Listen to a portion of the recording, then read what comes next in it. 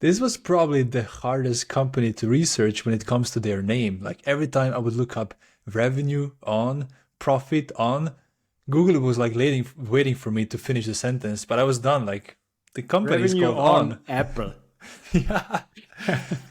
It was, you know what? I nearly had a note about that as well. I'm glad you mentioned that. Yeah. They need to think about the brand name. I don't think Yeah. they're going to change it now for us, but yeah, it did make it slightly challenging to I thought to it was research. named On Running. So Well, that was where I came from because I have a very special connection with On. But yeah, apparently it's not only running anymore.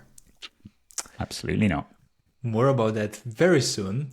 So yeah, welcome to the another business design teardown, where we look into the darlings of design community, companies, products that we designers love, to find out if that's just a fancy design or is it fancy and good business as well. My name is Alen. I am founder of the DMBA. I'm Franz, program director of the DMBA. And I'm Tom. I'm an independent product designer and design strategist, and also host of the DMBA webinar series. It's a little excuse for me to talk about an event we had this week with the wonderful Vitaly Friedman.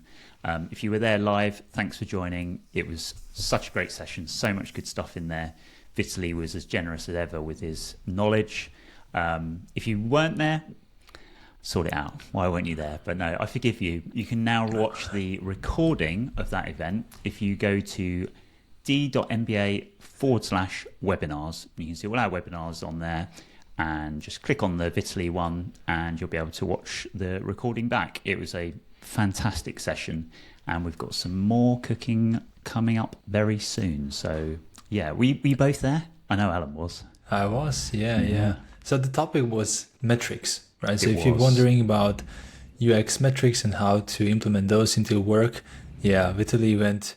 I was just impressed into the level of details, and the specificity of his advice was inspiring. It was super practical as well. So if you want some advice, some tips, some mindset shifts that you can put into action really quickly, then give it a watch. It was fantastic. So yes, d.mba/webinars. But back to today's episode. So we are tearing down On, or as Franz said, is it on running? Is it on cloud? No. Apparently it's just on. Capital O, capital N. Although the URL for the website is on running, Franz, in your defense, to be And on fair. Wikipedia, it's On, in brackets, company. Yes. Thank you. They do own. They were also confused. They do own on.com as well. But if you Do type it they? in, yeah, then it redirects you to on-running.com. Yeah. So they're confused themselves. I think they're not confused. I think that is a core piece of why they're successful on running. Tell me, what do you think? That's the core. Nah, I think that's they're. gonna be I the- think they're successful despite the name, but that's just. Not despite. I think it shows their focus, and that's a little cliffhanger on Dun, dun, something that I'm going to share later. It's a Yeah. little cliffhanger on. On. Every Boom. time I typed the word on when I was doing my research, I was like, oh, yeah, not the brand, man, just and the I- word. I like the way I work with these business reports. I use a lot the find function, and usually I would type in the name of the company. I don't know, Lululemon. I didn't even have to type in the full name. Just I would type in Lulu, and Yeah. I would find. But here, if I typed in on, I would get like thousands of Yeah. results. Oh, I had the same thing because I'd liked a few tweets way back about on actually that were quite amusing, and I was like, I'm going to mention those in the podcast. Couldn't find them because obviously so many words have on and on. I was just like, oh, forget it. So sorry you've missed out on those hilarious tweets. But yes, on running, on cloud, on. So who are On, and why have we chosen to tear them down today? They are a Swiss performance running footwear apparel now brand.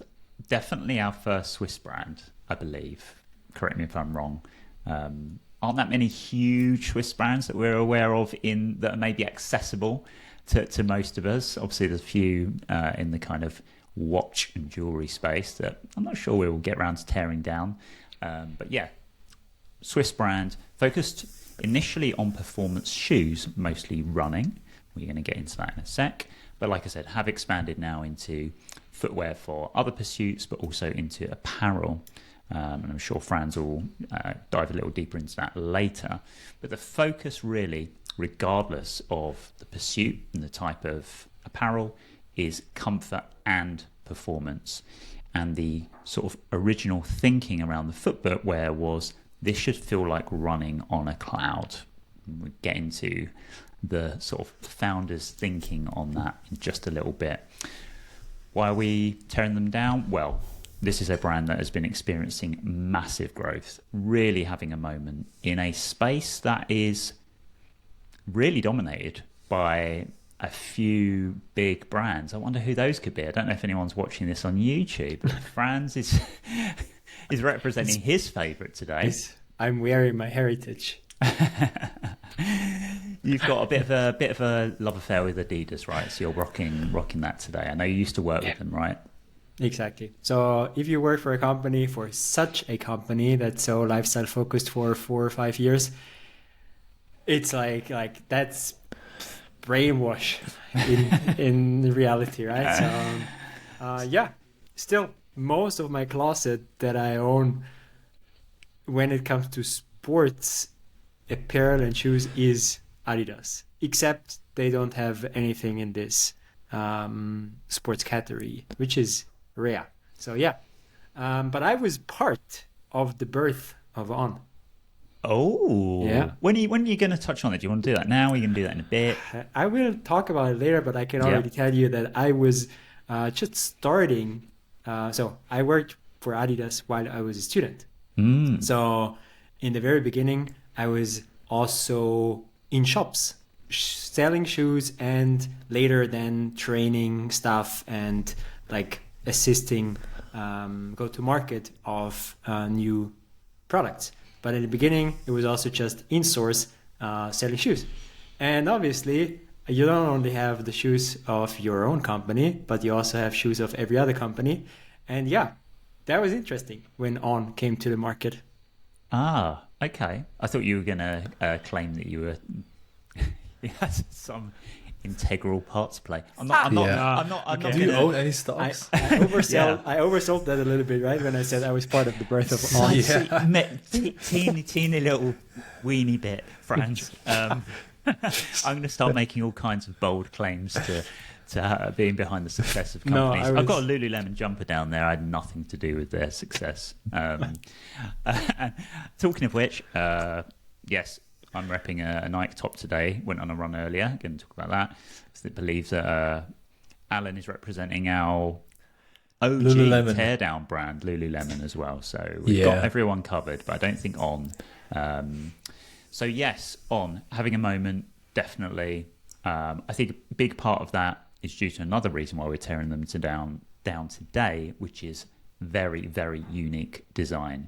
If you have not seen On running shoes, have a quick Google. It's like wow, interesting moment when you first see the brand, when you first see the shoe, and it's definitely got a very unique silhouette. It's a bit of a love it or hate it, a bit like Birkenstock that we've covered before, maybe like Crocs, things like that. It's definitely like, meh. But I wouldn't put it into the same bucket of like, I think Crocs is almost like by design ugly, and Birkenstock it's almost the same. But like, I think On is trying to be nice, and I would say some of their models are cool. Yeah, I definitely have warmed to them, but I'm going to ask you a question in a moment that maybe we'll explore this a little bit more. But design, definitely a big reason why we're tearing them down today. And the fact that they're challenging the status quo, these big players in the market, not just challenging them from a brand perspective, but from a technology perspective. The way that they design their shoes, the way they work are very different. And they're winning. Like, we're going to get into that a little later with Alen, but the numbers don't lie. They are really starting to have inroads in their niche, and who knows where they might go. I think another reason why I think they're quite fun to cover on a show like this is they've really been adopted by tech bros as well. It used to be Allbirds. I'm sure you're familiar with the brand Allbirds. It was like the Valley uniform, right? Allbirds, aka Salesforce ones, which I always liked. Ouch. And you know, they go very well with the Patagonia fleece. So yeah, they've been zip-on vest. The success vest. Yeah, as they call it. I saw a really cool meme about Patagonia as West, basically their pullover, and the meme was like on the left side what Patagonia vest was designed to see, and there was a photo of mountains and nature and lakes and, you know, like beautiful nature, and then what this vest actually sees day to day, and there was a logo of Microsoft PowerPoint, Microsoft Excel, board meetings. It's like, that's a good one. Indeed. So yeah, On have become, you know, part of that cultural bubble. I'll leave it there. Question to you both. What was your initial reaction to seeing an On design for the first time? Can you remember? Didn't like it. Didn't like it. No. Why was that? I think it was the color scheme that was just a bit. Now, when I looked at those a little bit closer for this research, I kind of realized that it's not the design itself with that hosey looking rubber at the bottom, which I came to like now, but it was just the color schemes that they had at the time. And I think there's something about familiarity as well. They just felt unfamiliar, and for some reason, like completely new design, I had nothing to latch onto to make them like them in a way. So yeah, it was a combination of these two things. So we're not a fan initially, for sure not. How about you, Franz? At this point in time, when I saw them first, I was very much focused on, are they better? So I wasn't that much focused on, are they sleek and do they look nice? I was more like, okay, why are they so different there? So I was more intrigued and curious. So yeah, I can't really tell you exactly if I liked them or didn't like them. It was more a general feeling of interest. Like, what is that thing that's completely different to what I've seen on shelves before? Interesting. Yeah, my initial reaction, was a big yuck. I've got to be honest. It didn't do it for me. It felt very corny. That has changed. I was probably a little influenced by. I'm not a sneakerhead, but I'm very, very interested in sneaker culture and design. And I watched a couple of podcasts, particularly the Complex Sneakers podcast. And there was a period where they were sort of ridiculing them, like talking about it's just lots of European tourists in Times Square rocking these Ons, but it's caught on big time, right? Like you cannot move in New York, San Francisco, London for these things. There's lines outside the stores, and I think their feeling on them has definitely changed. And they've started to do some cooler collaborations and stuff, like the likes of Kith and people like that, which has changed perception. But initially, I was like, yeah, no. And up until, as is almost always the case, I start researching this podcast and I'm like, I start to buy in. They get me. You know, the founders, the design story and everything. So, yeah, I've definitely done a bit of another 180 on them. And part of my research, this morning I did some market research, guys. You know, don't like to mention it, just doing my little bit for the teardowns. I went for a run along the seafront where I live in Brighton this morning to see how many On shoes I could spot. Now, this was not a long run, half an hour back and forth down the seafront. How many pairs of On running shoes do you think I saw? How many runners did you see? Saw about good question. 30 fellow runners.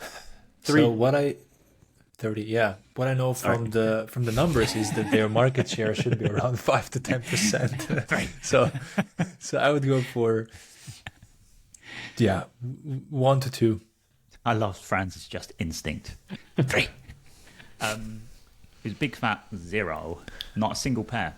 And even when I was walking back through town afterwards, didn't see any. In the summer, I felt like I was seeing more. You know the brands it was? It was all Saucony's, Asics, Brooks, all the proper like hardcore running brands. And then little old me in my very beat up old Asics, which I am in the market to replace, and I'm seriously considering some Ons now because they look spongy as F. And my hips could really use a bit of that cushioning. So yes, 0. But I had noticed, I mentioned this to both of you, a PT in the gym that I go to wearing some, and that really intrigued me because I've got to be honest, I know that they are a performance brand, but I really was a bit skeptical about that. And actually seeing like a proper personal trainer wearing some Ons, which I hadn't seen before in the gym, I was like, interesting. So that kind of validated a little bit for me as well. Also, a very, very good friend of mine who is a proper runner, like serious marathon runner. He said to me recently he's thinking about switching out his Nikes for some Ons. And I was like, okay. I really didn't appreciate that they were considered technically a very good shoe. I'm not sure they were when they first came out. But yeah, I think increasingly being taken very, very seriously. So who are the target audience for these? Well, it's clearly not runners on Brighton seafront like me. There is definitely a performance focus, or there was at least when the brand first came out. So that is people who are seriously into running, seriously into athletics. But it's fair to say this is a premium brand within that space as well. So you're looking at like 160 to 200 odd dollars, euros a pair for these things. So they are serious. But yeah, although it started as a performance running shoe, definitely broadening out in the market, and we will touch on that a little later. From a design perspective, I think the fact the sole is so unique, there has been this wave of like big soled shoes being in for a while now. So the likes of like Yeezys and Balenciaga kind of setting that like fashion of like the big soles. And I think that has definitely helped a bit with them being on a wave at the moment. On a wave. On a wave. Very good. Keep them coming. So that's kind of little segue for me into the design aspect. So we usually say, what do designers love about them from a design perspective? I think with this one, I can't quite say it's a love thing, but I do think there's things about On from a product design and a brand perspective that are very interesting for designers in the world of design. First of those things is this very tech first design approach and an absolute commitment to that. In my eyes, at the expense of what I would call cool design. I think unapologetically, when these things came out, they weren't trying to look cool, they weren't trying to look sleek, they weren't trying to emulate the silhouette of established brands. It was like, that this is the technology we believe in. It's all out there for you to see. We've made it look as good as we can, but it's really the technology. You can see it, you can feel it, and it seems like they really stick to their guns on that. I love this quote from, I think it was the founder. It was an interview I was listening to where he said, "We don't design shoes, we design how a runner feels." And I think that really does tie into their ethos that I really appreciate, and that how a runner feels plays out in the technology that we see in the shoe. So I'm going to just quickly cover these off because I know we're going to go into more detail. So the sole is the big thing, right? It's this sole that looks like it's got bubbles in it, and they call that CloudTec, and that's the technology that really On is known for and what gives it that very, very unique silhouette. But then you also have the sole plate technology, which is called Speedboard, and obviously kind of plate technology in running has become a really big thing, particularly in speed running over the last few years. And then finally Helion, which is their like unique foam cushioning as well. And those three things together are all about providing the best comfort and performance possible. But like I say, it's really those three elements go together to create this very, very unique silhouette. And you don't often see a new brand come along that you could recognize a new silhouette of so soon. If you just saw the silhouette of some Sauconys and some Asics and some Brooks, even Nikes and Hoka's, it'd be hard to tell them apart, but you know an On when you see it, right? Yeah, completely different. Completely different. And I think that uniqueness kind of plays out into the branding as well. The On logo it looks like something from a technology brand, I think. Again, for me, a little bit on the slightly cheesy side. I don't know. What do you both think of the logo? That was the one thing that I actually really liked from the beginning. Like I don't know. I just like this logo. I like that it's top to bottom, not left to right. I like that it's a mix of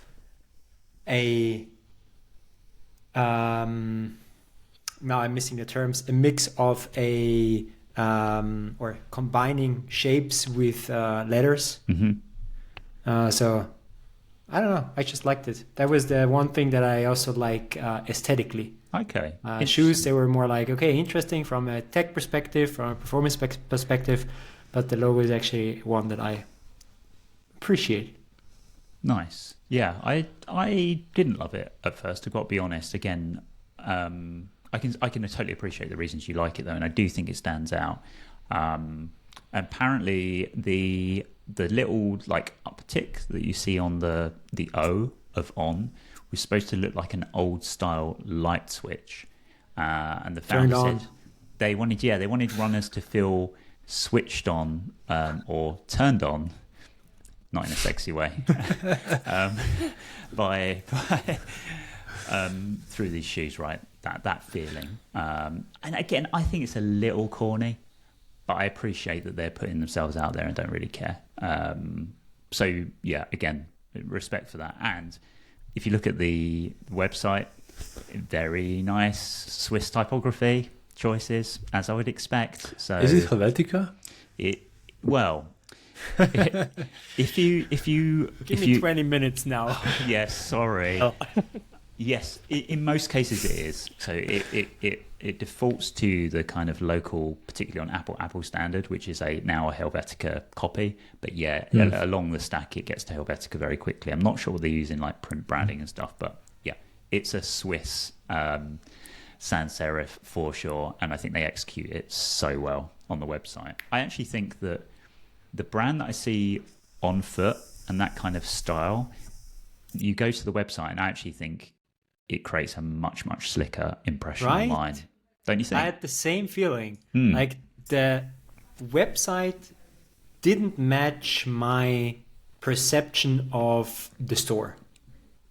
And I'm not that deep into running apparel anymore. I stopped working for Adidas years ago, so I'm not that much into that anymore. But I still had a brand feeling, which was technical and technology innovation, form follows function, definitely not sleek. And then now for the research, I have a proper look at the website and I'm like, okay, that gives me a completely different feeling than what the shoe and the product actually does. And I think also the apparel does. So the apparel gives me the same feel that the website does, but the shoes do a different thing. I completely see where you're coming from, Franz. I absolutely echo that. I was really taken by surprise with the execution online. I love it. I think the execution on the website is absolutely fantastic. It feels, again, more like you're browsing a tech website, maybe a tech hardware website, than a fashion apparel site. When I think about, obviously spent a lot of time looking at the Lululemon website last year. Had a look at Nike and all the others as part of this. Yeah, it's really on point. It's really tight, incredible attention to detail, and again, didn't really feel to me like a reflection of the shoe. But actually, to your point, the apparel, just does seem to match it more. It's very, very minimal compared to what the shoe looks like, right? Which is kind of fussy. The colorways are quite vibrant, but it's very much simple block color with the apparel, which I really, really enjoy. What about you, Alen? Checking it out online, did it sort of match your expectations of what you were expecting?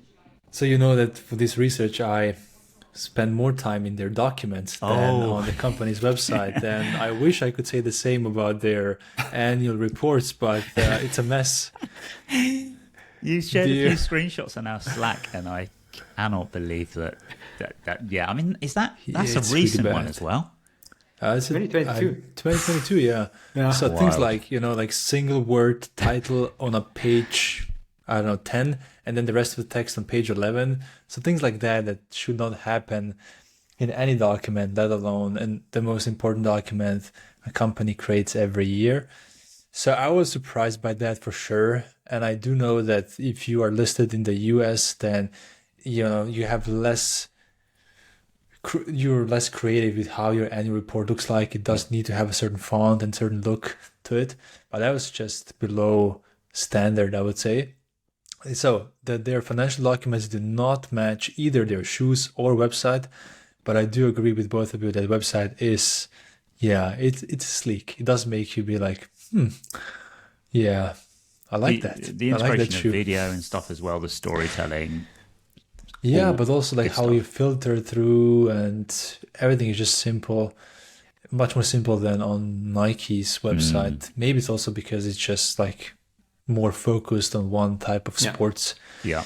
So it could be due to that, which might soon change actually, but let's talk about it later. We'll get into that a little later, but having fewer products definitely helps. Although I've got to say, bewildering number of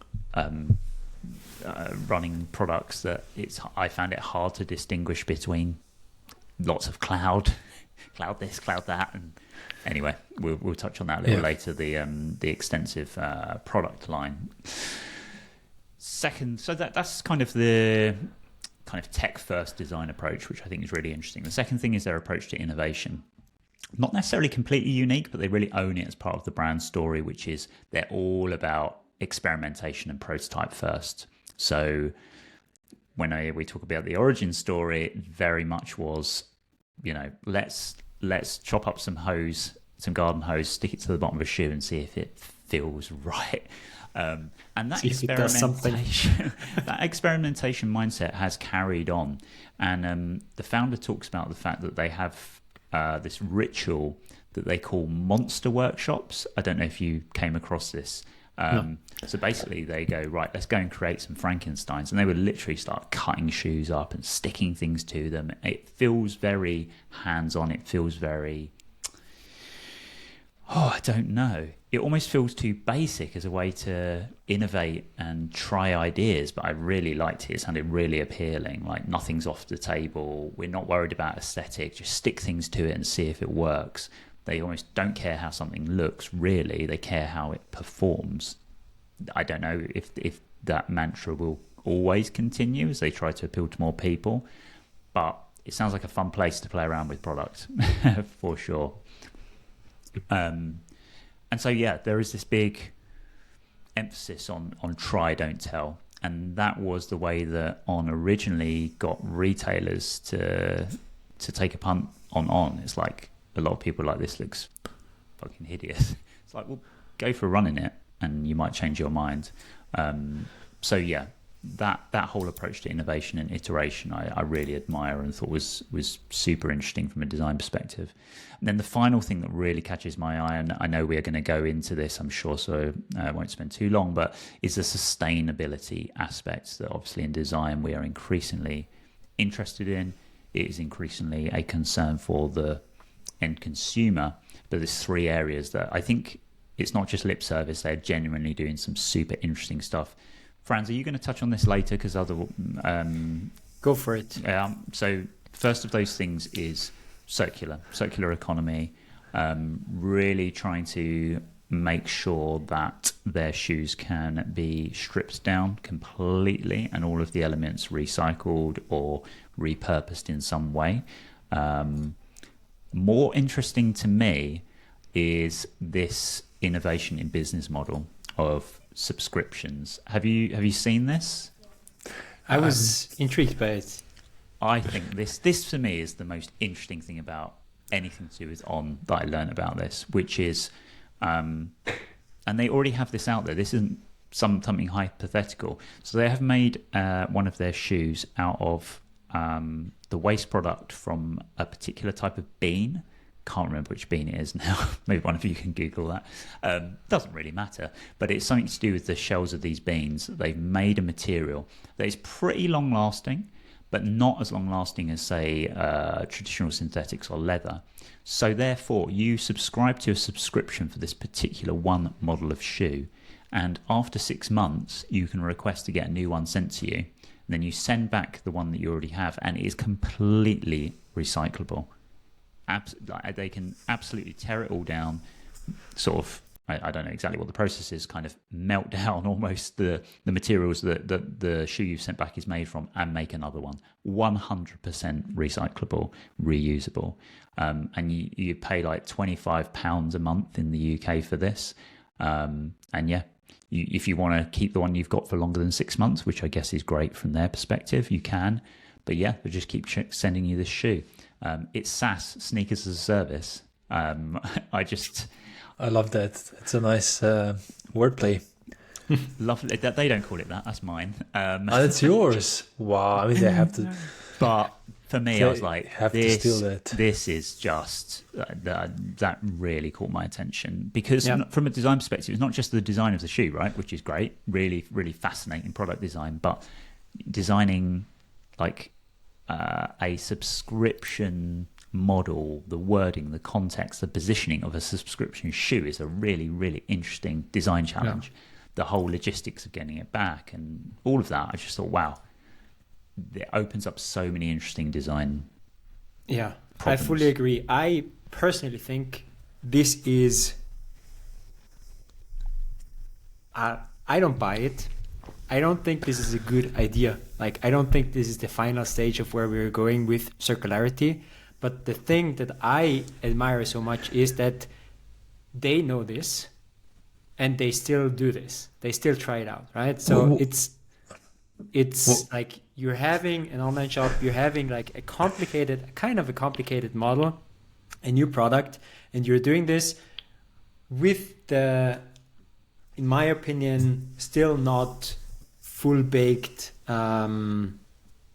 product that, for me, it's foreseeable that it won't.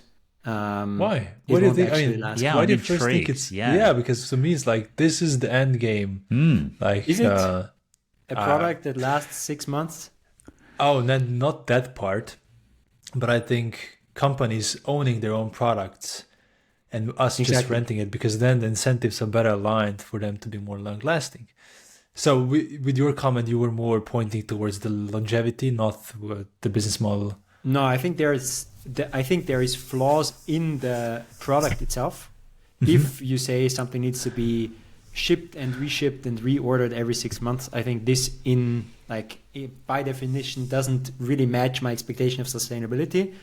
But at the same time, I appreciate that somebody goes there and tries it out and does all this logistics and does all this thinking and launches something that is obviously not the end of the, let's say, that's not going to be a dominant design, but still they're doing it and they're trying it out. And this is what I find interesting from this approach.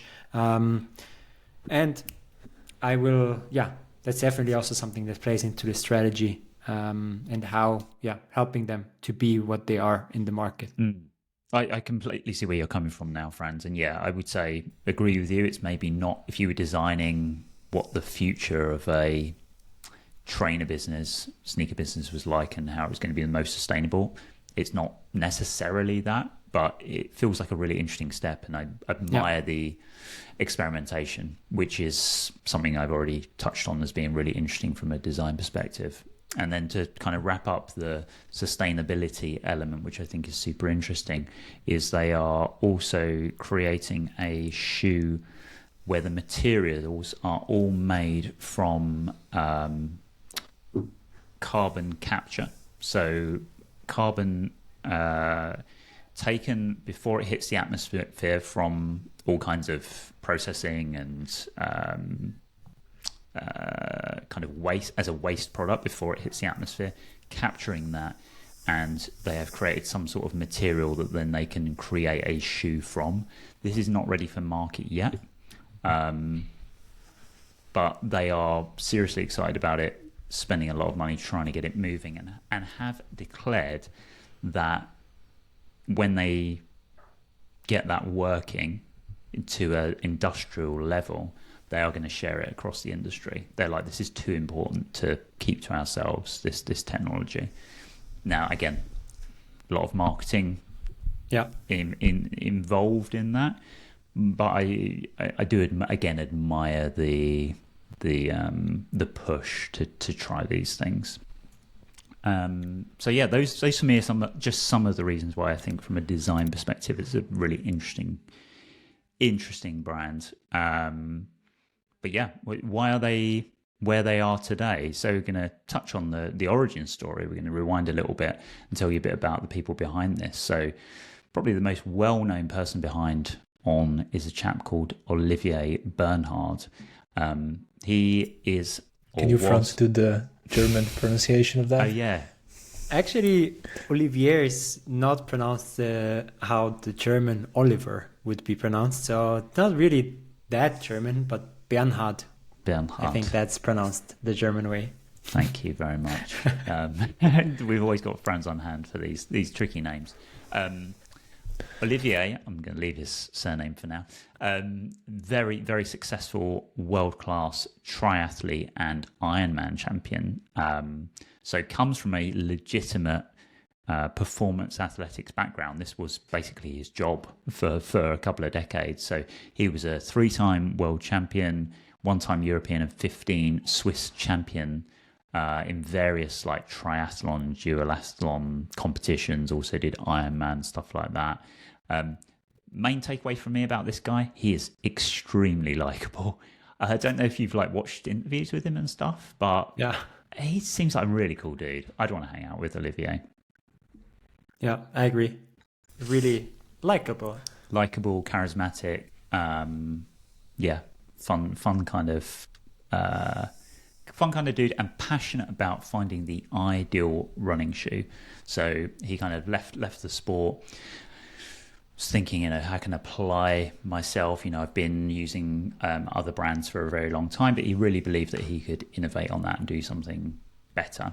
So he wanted to create a running shoe that offered both speed and comfort. And we've touched on the names of a few of those technologies, and we're going to dive deeper into those because they are so critical to the success of On. But we've already said about the CloudTec, which is the bit that was really noticeable about On, the thing that makes it really unique from a design perspective and makes it have that silhouette, that recognizable silhouette. That original prototype was him cutting up pieces of garden hose pipe. So I'm sure you can imagine what those look like for watering your garden.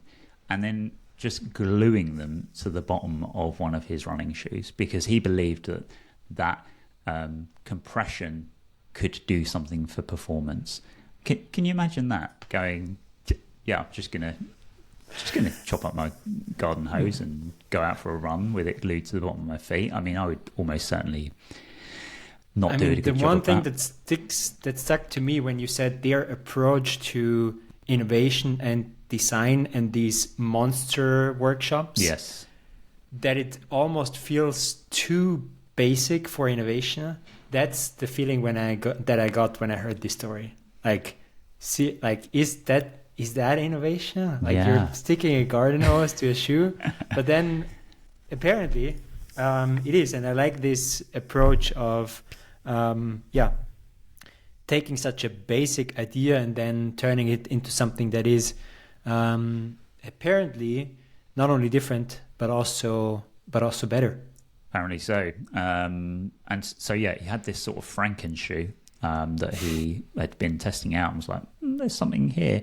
And he took the prototype to existing brands that he was sponsored by. So I think he had a relationship with like Nike and New Balance, and had access to contacts there, pitched this idea, and they were like, I don't think so, mate. Have you seen this thing? But there's a company spending, I want to say hundreds of millions in R&D, and then you have this guy walking in with hosepipe idea. Of course, I think all of us would be like, Like you No can, way, you can man. imagine them, like him leaving that meeting and them going, "How did this guy? Oh no, we know Olivier." So okay, he crazy. So stick to your running. Yeah, stick to your running, man. But I'd love to see what he took in there. But he believed in this and absolutely single-mindedly continued with that idea. And there came a point at which he wanted to take it further. He had been talking to friends of his that were also from a sort of athletics background or understood the industry in some way. And those are two people called David Alen and Casper Coppetti. They were friends of his, fellow running enthusiasts. And they were, it has fair to say, a little bit like Nike, initially skeptical about the idea. But remember, it's a show, don't tell mentality that On and Olivier have. And he just said to them, look, just go and try this out. So I listened to an interview with Casper where he talked about, I thought Olivier was a bit nuts showing me this hosepipe shoe. But he went for a running it, and Casper had this chronic knee pain. He couldn't run for more than half an hour without it flaring up, so he didn't really run. He was more of a snowboarder. But he went out with the hosepipe shoe on and was able to run for 2 hours with no issue. It was like, I'm in. And the rest is history, really. So David came in and had more of the business skills side, and Casper had more of the strategic thinking. And obviously you had Olivier as the design guy, the innovator. And as a threesome, we're about to get into all those different twists and turns and numbers, but what a company they've created. So yeah, why was that product initially successful? Something as crazy as that.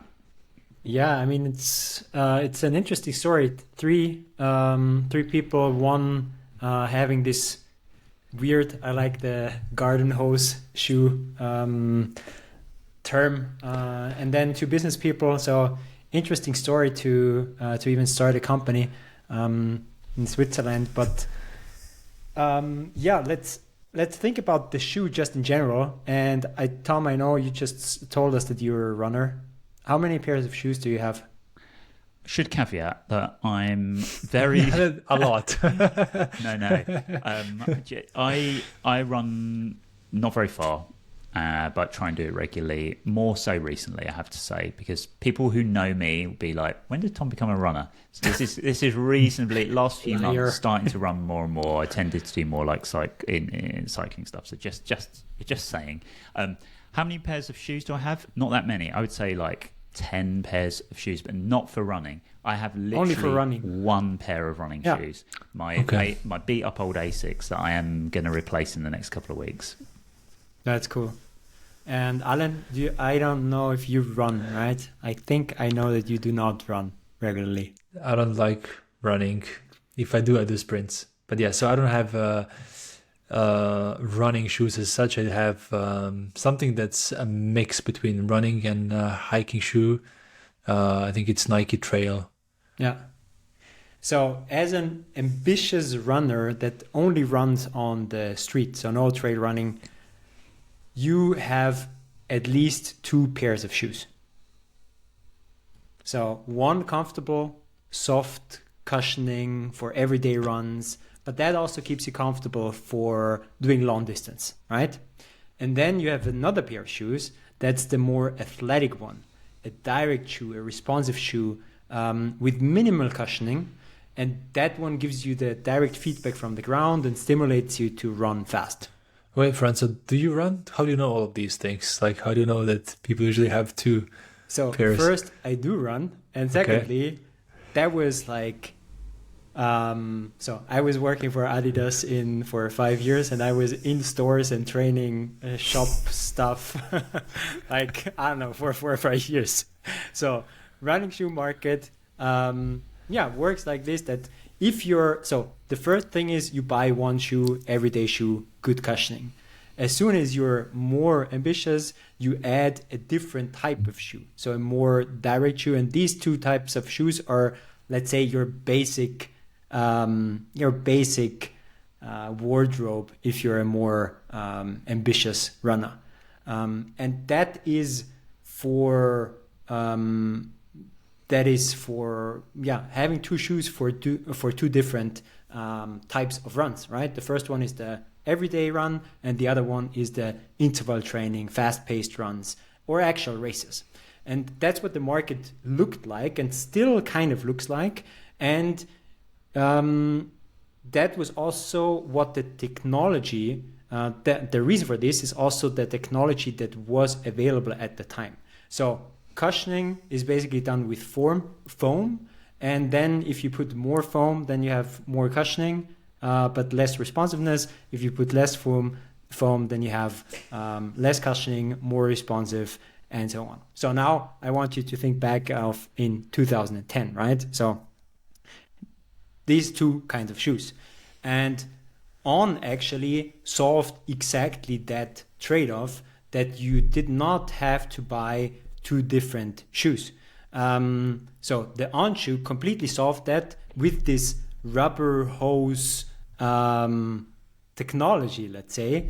So the rubber hoses made for a soft landing. High-tech. After the landing, the pipes were compressed so that you get a rigid and responsive feeling from the ground. And then when you push off, you even get this propulsive feeling because of the pipes that would extend again. And this was actually the technology with which they started in 2010. And at this point in time, it actually was revolutionary. They won an industry award from the ISPO, International Sports Expo in Munich in 2010. And from this expo, they went home with having signed 19 countries.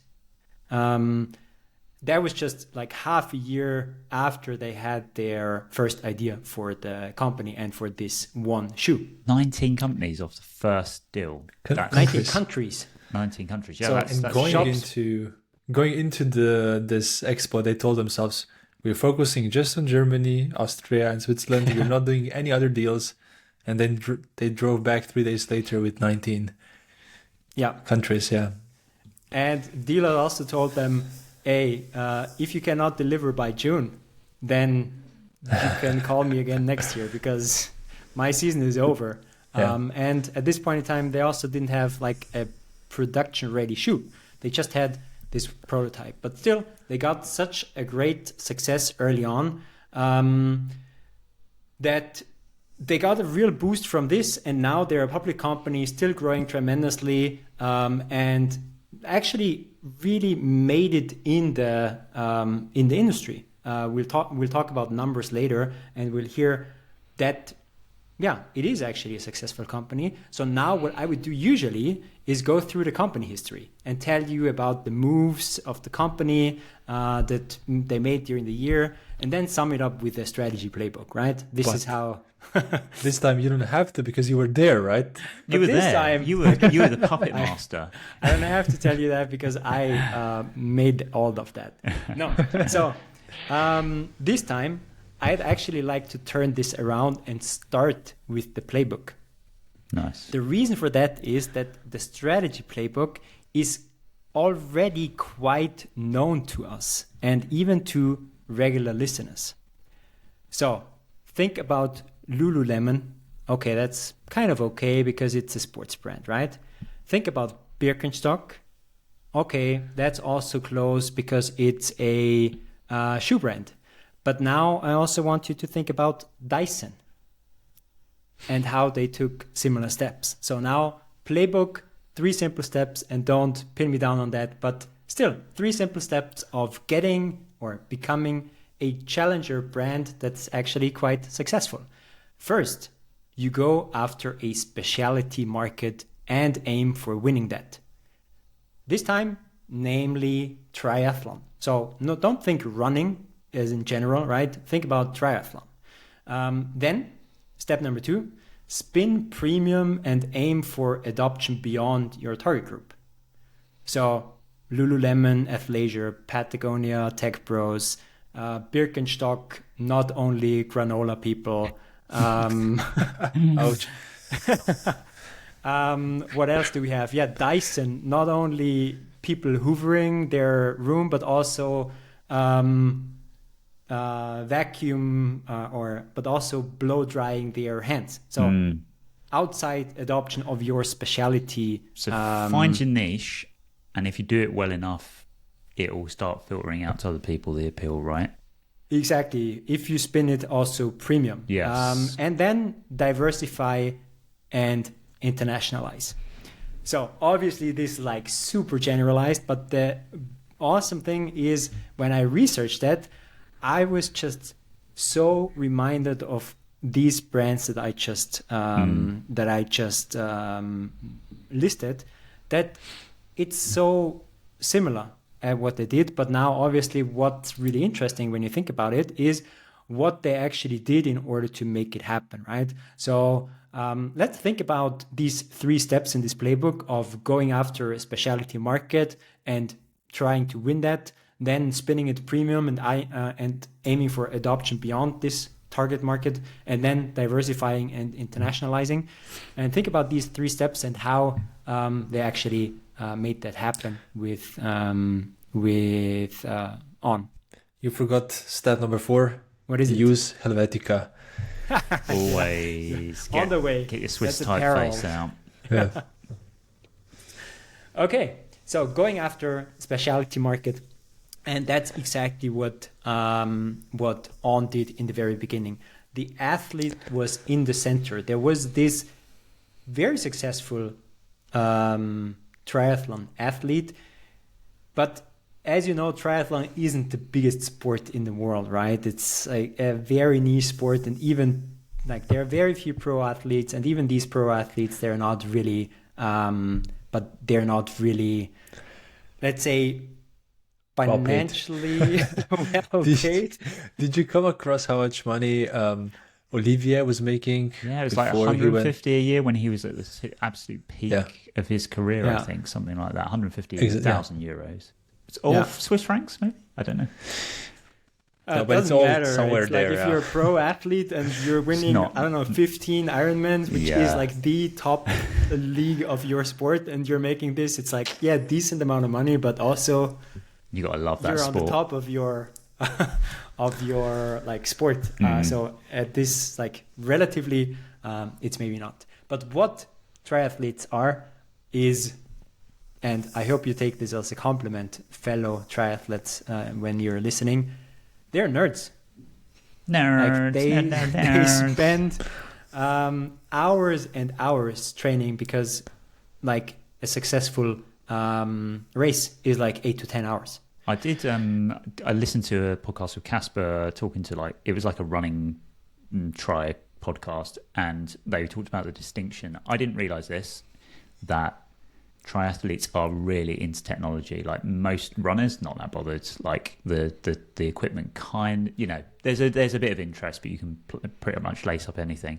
But the fact of the margins, and if you have a bit more comfort when you're running for that long and riding for that long, and it really matters. And so I learned as well that they are nerds. You said fellow triathletes. Do you do tries as well? Nah, I'm bad at swimming. Oh, okay. That's a different story. Duathlons then. I don't know what two that is. Maybe you still have to swim, but so that's exactly what what you said. So they have very special needs, and this dual shoe construction of, hey, you use a hard one for races and shorter distances, and you use a cushioned one for longer distances. That didn't really, it did work obviously for years, but then when you get a shoe that actually gives you soft cushioning, but still enough responsiveness and even rebounds, that's super interesting, especially for long distance runners, or even people who don't only run long distance. A full distance triathlon has a marathon in it, but then you have already swam 3 kilometers, and then you have biked 180 kilometers already. So that's all in one pack, and then you still run a marathon. So obviously you're happy about a shoe that gives you maybe not the best of the one world, and also maybe not the best of the other world, but like combines these two worlds. And this was really solving a problem for this community of triathletes, and generally a problem for long distance runners. So it was really solving a problem of this niche. And that was done like in a very special and close to ground way. Like Olivier, as a former athlete himself, there is a great quote about him. So another co-founder said, Olivier has a direct connection from his toes to his brain. So if you give him a shoe, he knows exactly what has to be tuned. They have a name for him. You may have come across this when they're doing the prototyping. And he said he's no longer like massively close to all of the prototypes because there's so many models and so much iteration happening. But when they've gone out and tested some and they're still not 100% sure if they're moving in the right direction, they give it to Golden Feet, which is Olivier apparently, and he will go out and do the final testing. But yeah, Mr. Golden Feet. Yeah, that's exactly the spirit that he brought to the company from the very beginning. Another example or story that I loved was when they first signed a pro triathlete that was actually competing for the world championship, and he was actually running in prototypes, and Olivier would actually cycle behind him because he was so afraid that anything would go wrong. So he could be there as soon as something breaks, because it was still a prototype. Yeah. So this closeness to athletes and this commitment to the product, but not only in terms of I am there as an engineer, but I'm also there as a co-athlete. I know exactly what you're going through, but I also know how to design a shoe. I think that was the groundwork for everything. So having this athlete in the center was really their first step towards going and winning this specialty market of triathletes / then later runners in general. Next one in this how to win specialty market is definitely distribution and how you go after distribution. And the goal for them right away was partnering with the best retailers and not going after big chains. So really going into these specialty mom and pop stores that have also maybe pro or very ambitious runners that are that run these stores where you really can get good service, and these stores that actually will tell you about the shoe and where you go and expect actually good service rather than somebody handing you a shoe and lowest prices also. So problem was that classic sales presentations with retailers didn't work, and then they did something that Tom already pointed towards. They actually cold called retailers, told them that they just happened to be in town, asked them, hey, what size are you? They would tell them their size, and then they would say, well, I just happen to also be in town and happen to have exactly your shoe size with me. So do you want to go for a lunch run? And that's how they got them initially into their shoes. And that's how they actually got them interested and even try out and experience the upsides of this. So this was real grassroots selling in the very beginning.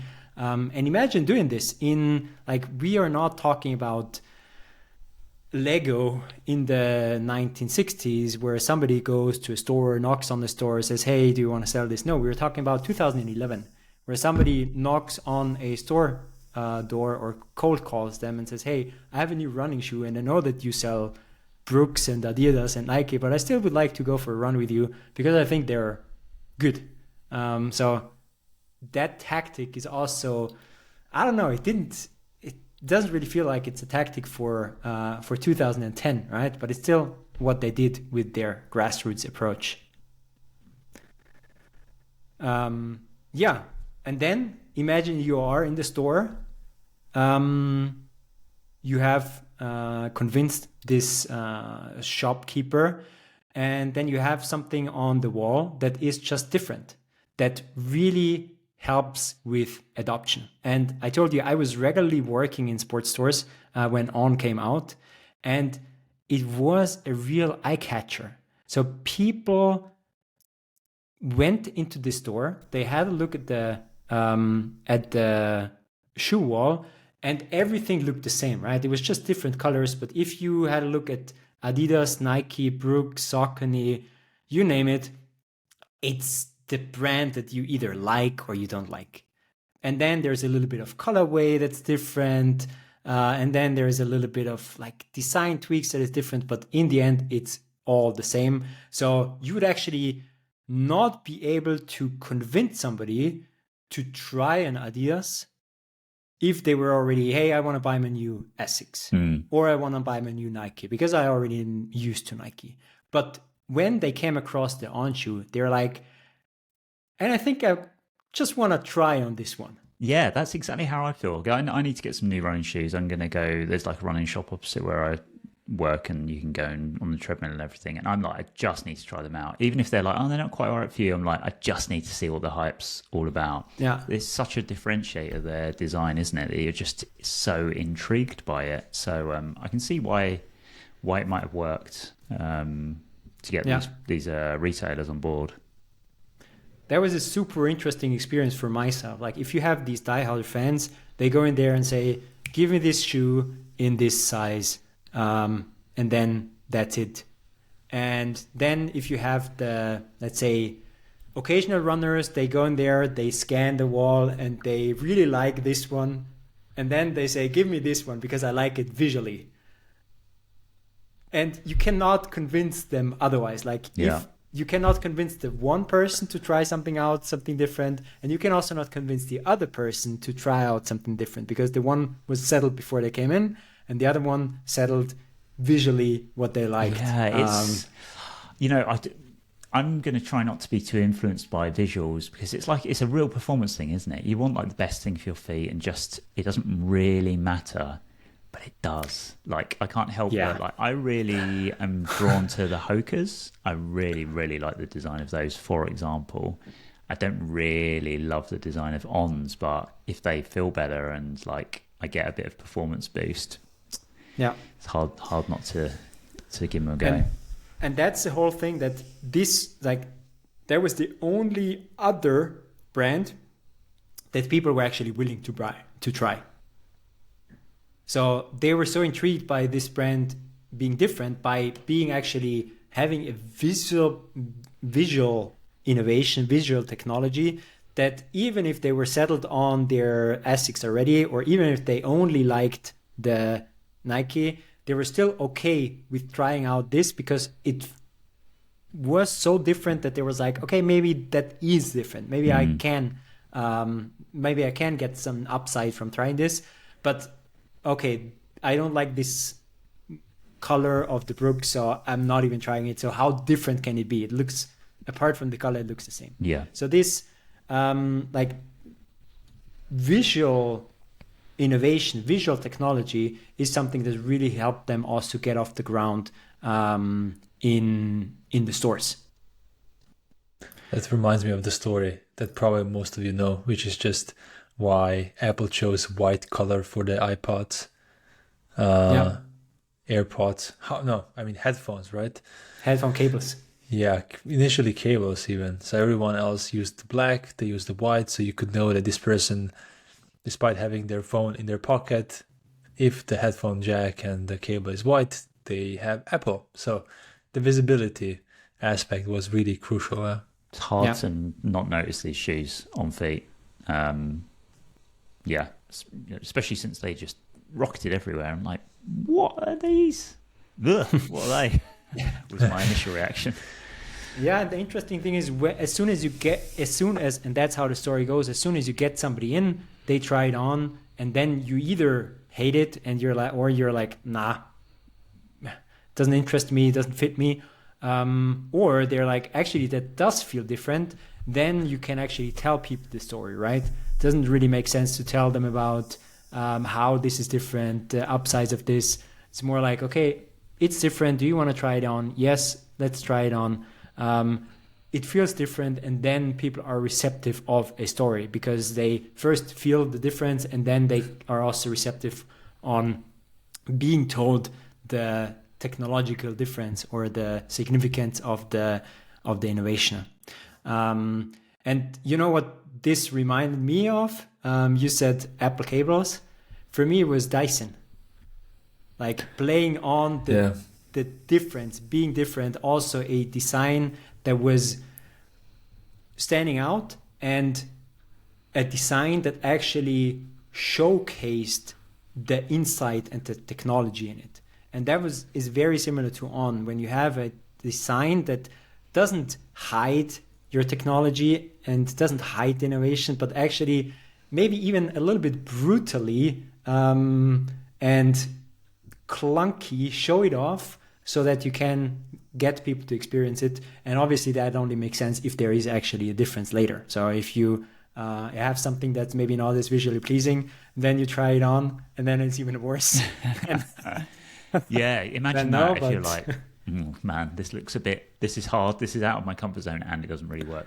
I think that's such a great comp, Franz. Yeah, like the Dyson, like show all the tech, like make it a feature. It's exactly the same with On shoes. Did you see that although obviously they made major inroads with that like athletic sicko market, that's who they were kind of going after, but it also created an issue in that the shape of the sole and the shape of the cloud bits would actually get stones in it. So they've had to like work over the years on innovating that so that it wouldn't get clogged up with stones and stuff. It just wasn't an option to use these things on trails for a long time, but they've worked on that subsequently. Yeah, I sent you both the photo of my favorite On shoe. I'm not an owner yet, but not long by the sound of things. In the market. Sorry? Not long now, I don't think, by the sound of things. I might need new hiking shoes, and I didn't know that On is creating also hiking shoes. So I looked them up, really liked them visually as well. But then I started thinking, wait, like, isn't this interesting looking sole, the pipe hose, gonna have become full of dirt and stones and stuff? I don't know. That's a concern now that I cannot go over. You have to try it out. Yeah, but once you buy them, it's too late. I need to get someone who has them already. And all the reviews I could find on YouTube, they were obviously paid. Very obviously. Yeah. Okay. Cool. Let's quickly wrap up. Going after specialty market and winning that. So another thing they did very early was direct to consumer online sales. So already in 2012, they started with their direct to consumer channel, which in this case was an interesting step because at this point in time, they only had small retailers. So imagine even this is an easier thing to do if you have small retailers that you are starting with your own D2C channel because you're not targeting somebody who maybe has their own D2C channel. So at this point in time, smaller retailers, specialty stores, we aren't really having a problem with that. So they started that very early. And last thing, what they were really, really good at was grassroots marketing. So they really took a systematic approach of selecting metropolitan areas, reaching out to local communities, reaching out to local runners, reaching out to influencers,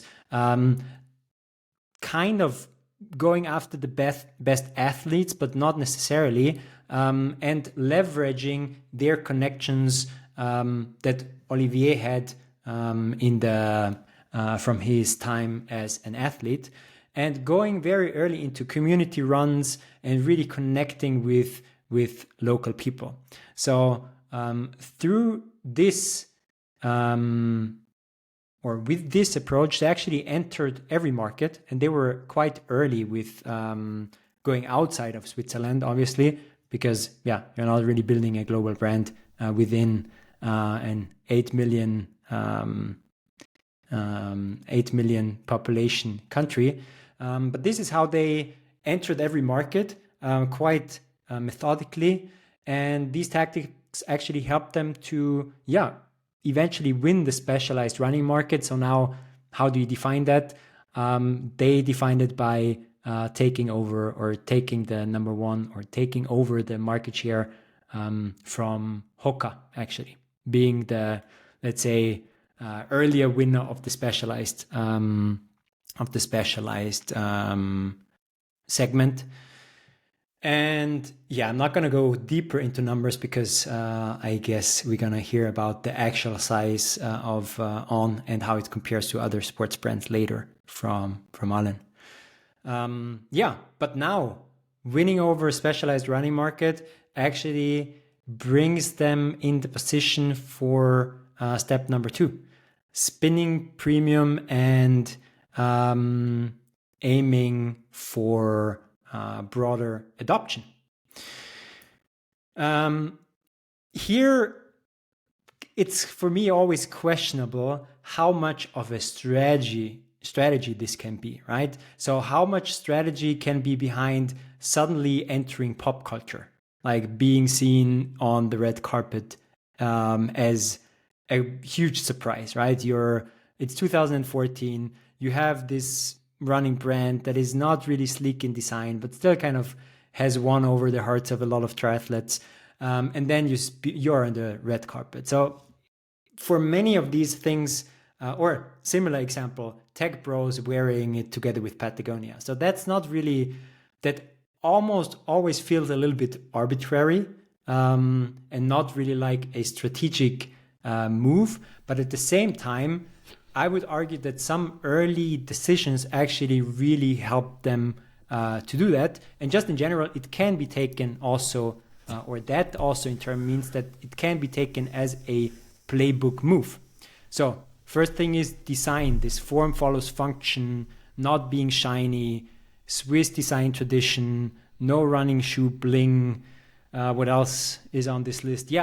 Like bringing out the technology by design, like this Dyson-like design, that is something that definitely helps to just differentiate yourself from the rest of the market, and definitely also helps you eventually spin premium and be adopted outside of your market.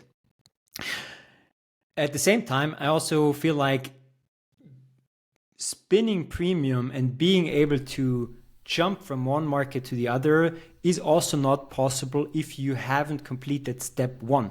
So I would argue that you need your diehard fans in triathlon or in any other niche that then wear it in boardrooms or wear it on fashion shows or wear it on somewhere else. Like you need to be a winner of a category that can be as small as you want, that in order to make this spin-off and this multiplication even possible. And then ultimately you can go for this premium spin on the brand. And what was the biggest premium spin of On? Roger Federer. Exactly. Classy boy. You can't get a classier than Rog, can you? Right? No. But that's also like, this is the most obvious strategy move in this space. I mean, if you go with Nike and Adidas, you do see that they pay millions, tens, hundreds of millions being associated with the best athletes. Yeah. And for a Roger to basically fall into your lap, because from what I've learned, he contacted the company, not the other way around. And not only that, but he invested in the company. So they didn't even have to, in a way, pay for it. And they did pay dearly with stocks. But still, like, in a way, Roger had to also invest in the company. So that's like a combination of luck, combination of having a really good product, and a really important thing in this market, which is association with best athletes. Yeah.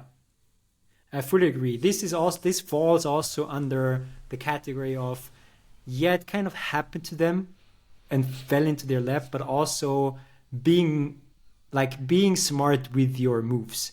Because apparently, like, first approach was Roger wore ons in an Instagram post.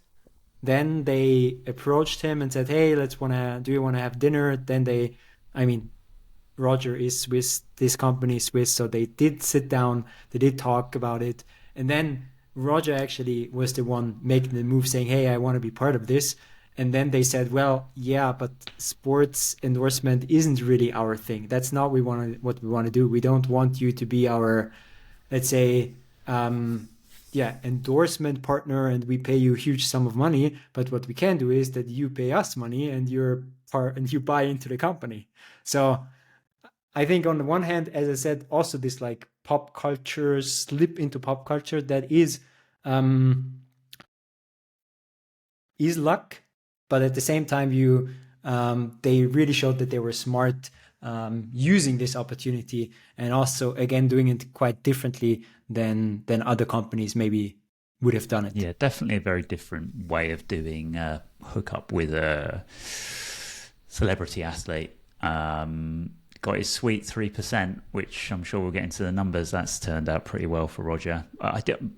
You talked about the premium aspect, and yeah, Roger Federer feels like a premium dude, big time. But I still feel like I think he's the coolest dude going, but definitely in tennis, but not necessarily cool from a premium like brand perspective. So again, for me, it felt like a good fit for On. But I feel like when they really started getting taken seriously, maybe in the kind of sneaker community and maybe the more high-end fashion thing, was when they started doing those other collaborations. I don't know if you're going to touch on that, Franz, but like, you know, they eventually did a collaboration with Kith, and I don't think you can get a brand that is a tastemaker, Ronnie Feig and Kith doing something with On is like, for me, that was probably the big turning point as far as fashion and sneakerheads and real premium starting to happen for them. And I honestly didn't appreciate that they'd done that Kith collaboration until doing the research. And I'm like, it starts to make sense that they're starting to make inroads into that area as well. Yeah, that's exactly in the same shelf, the collaboration that you just mentioned. Then another footwear and apparel collaboration with the Spanish luxury house Louvet. Is that how you pronounce it? You better pronunciation than I would do. Louvet? Yeah, I think so. Please correct me if I'm wrong. Yeah. So what else can you do to spin premium as a consumer brand? Proper B2C brand stores. That's what they did actually during COVID. I mean, that's obviously they didn't Good plan timing. to open during COVID, but they it turned out that they opened their stores in 2020, I think mid 2020. Then when COVID actually came to an end, they were really able to benefit from the running boom. Like, people were happy to go out and run again, do stuff close to their homes because traveling was still not possible. And another interesting detail that I didn't appreciate before, and that I picked up in an interview with the founders, is that they were quite happy that they were like, they did open their stores in high frequency areas in New York and in similar cities, but they were quite happy that there wasn't this flow of tourists, because at this point in time there was only locals going to the store, and they were really well able to connect with the local community, and they continued their grassroots approach of opening run clubs, community runs, and they just used this, let's say, stronger footholds with these stores to even get closer to athletes again.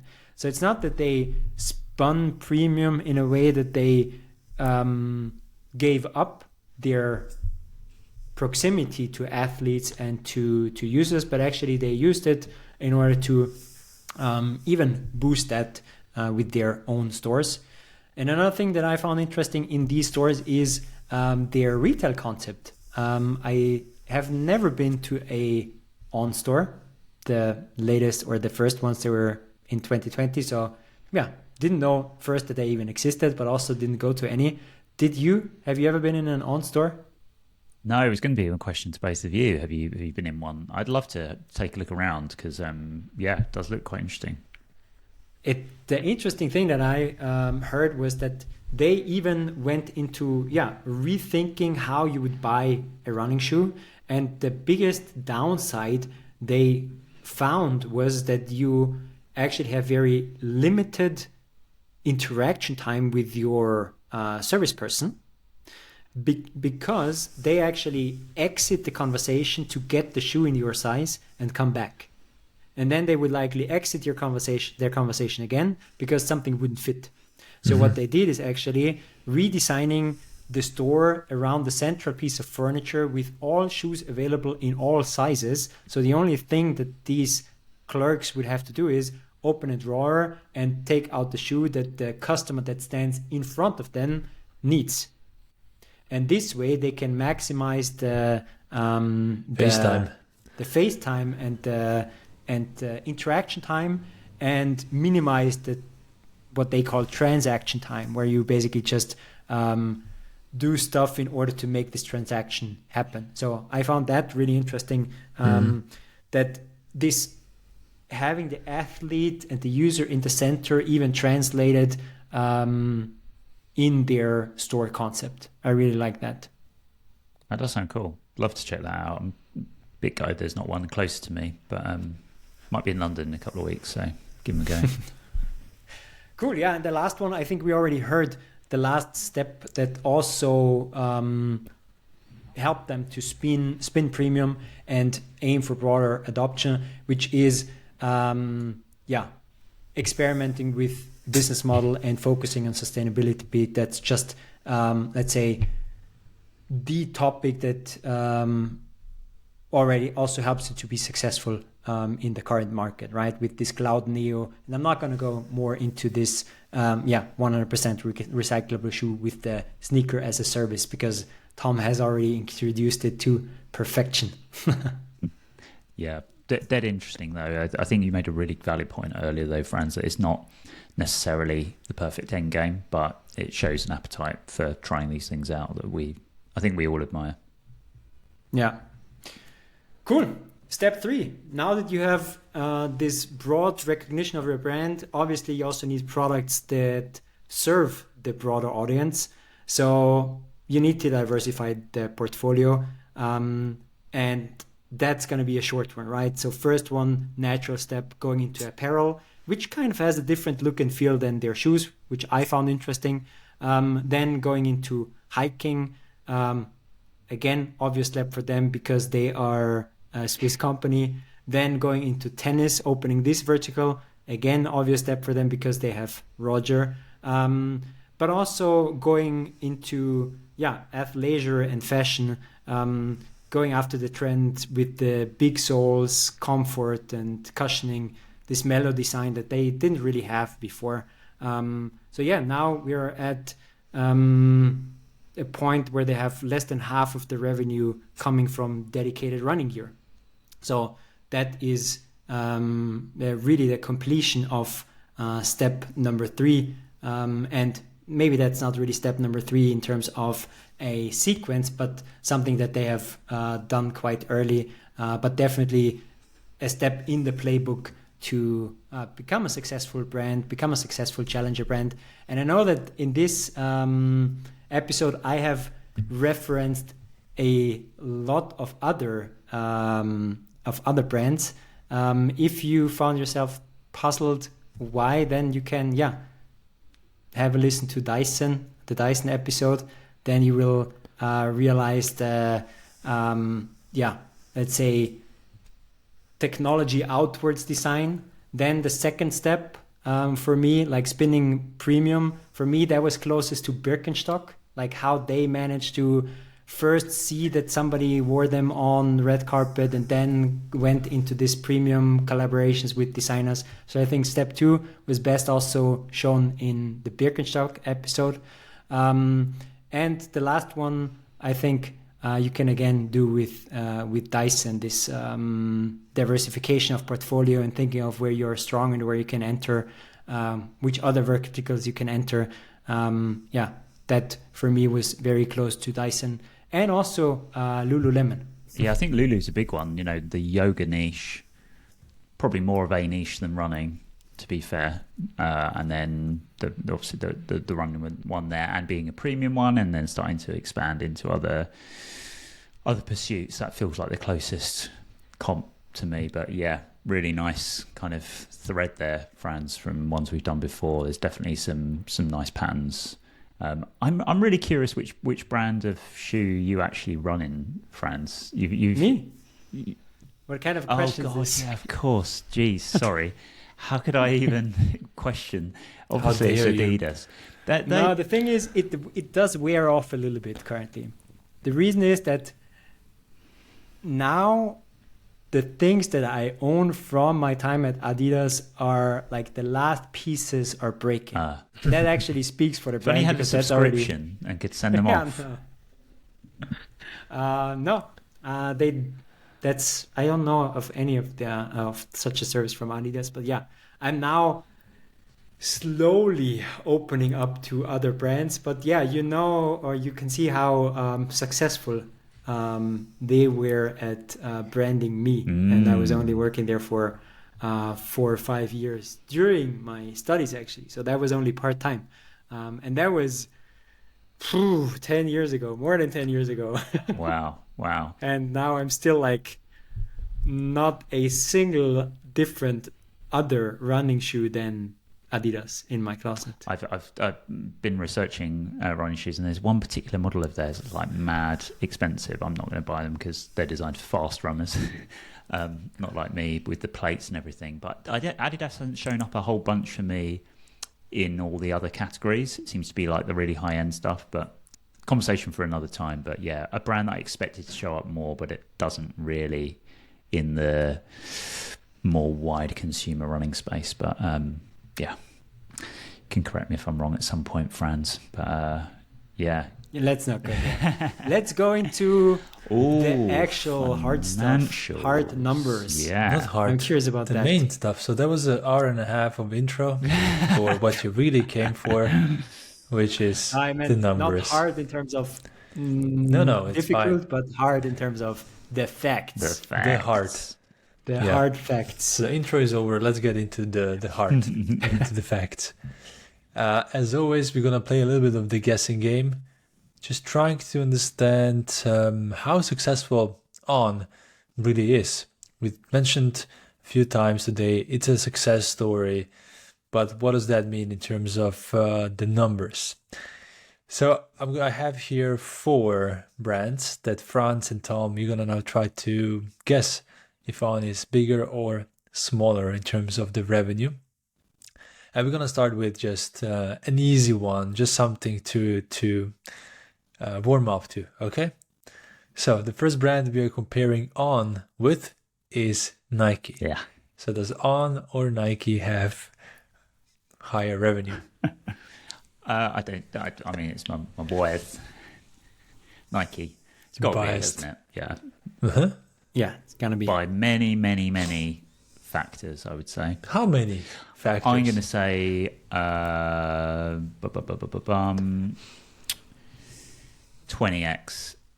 20x, okay. Franz? 15. 15x. Okay, we'll come to this in the end, but for now I can just tell you that Nike is right now at around 50 billion US dollars. 50 billion dollars yearly revenue.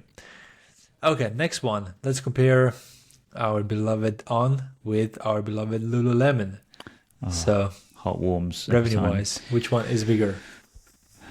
I'd say Lululemon. Same. Lululemon always surprises like constantly, doesn't it? How big it was. So yeah, I'm gonna go with Lulu as well. I base it on age. On age. Age as well. Right. Yeah. Just they had ageist. more time to grow. You're ageist, Franz. Okay, 9 billion is the revenue of Lululemon, and you are correct. It is larger in terms of the revenue than On. Next one is ASICs. Oh, I think probably ASICs are smaller. I know ASICs are, again, one of these brands because of the dad shoe thing, really on a wave at the moment, but I think that's still quite recent. So I'm going to say... Do you want to say ASICs despite the age, Tom? Despite the age and despite the fact that in the last 12 months they've become very popular. Now I've got... Does anyone want to buy these vintage ones? Oh man, I can smell I can just smell how badly they Put that back on. So you're going with on On. here? Okay, front I still think it's Essex. ASICs. Okay, so 3.6 billion in revenue. ASICs, yes, it is bigger. Is it? Yeah, and now let's do Hoka. So on versus Hoka. Oh,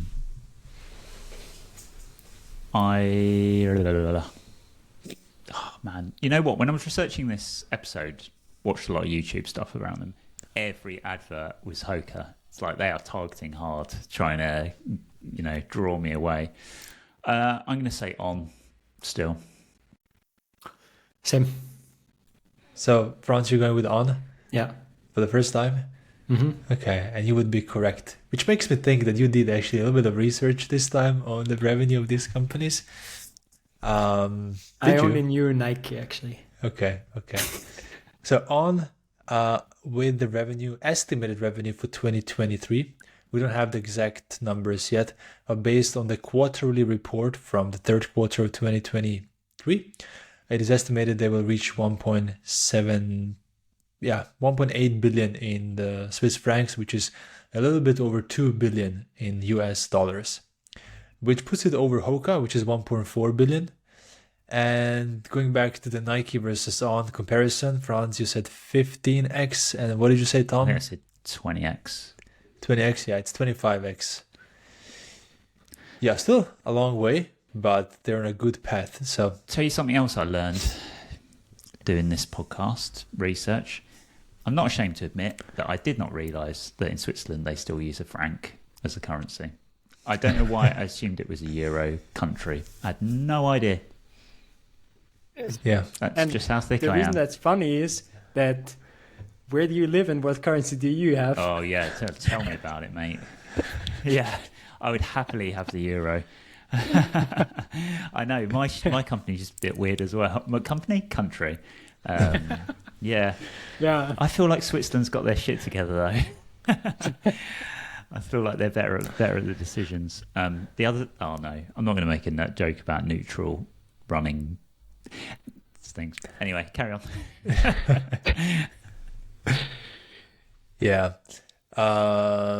Okay, so we talked about the revenue. Let's go into some sale stats. So I was curious to learn where On is sold the most, and also compare this with Nike, just to get a feeling for, their, geography.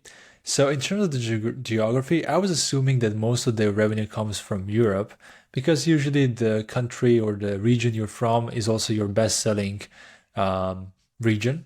In this case, that's not true. So in Europe, On makes 30% of their revenue, and in North America, which is mostly US, but partially Canada as well, it is 60%. Whereas for Nike, it's 40% from the North America and 28% Europe, and then 70% Greater China. I'm assuming that's Hong Kong and China. Whereas for On, the Asia Pacific is only 6.6%.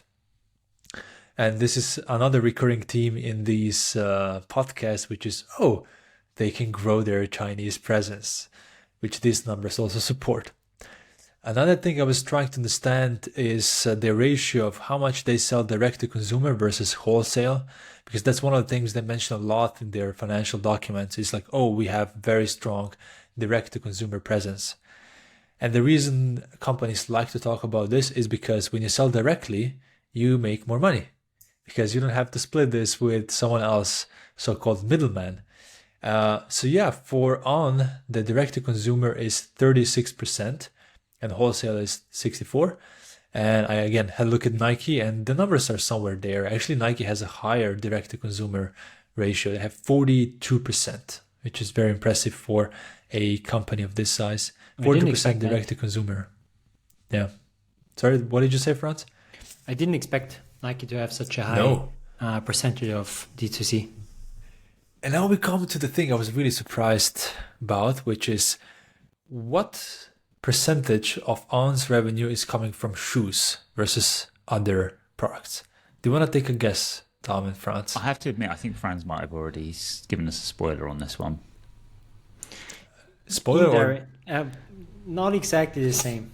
I did say half of their revenue is coming from dedicated running gear, but running gear can also be apparel.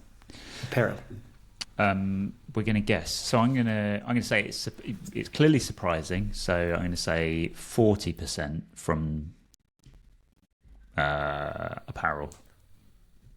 40% from apparel. Okay, Franz? Are we not doing running or shoes? The question was shoes, but apparel is also fine. I can give you both stats. Shoes, I don't know. Let's go with the classic 50% shoes. So Tom is saying 60 shoes, 40 apparel. Franz is saying 50-50, right? Okay, so I'll give you the Nike numbers first. So Nike 66% shoes, 30% apparel, and then 4% the rest, which is equipment. On makes 95% of their revenue from shoes. 95.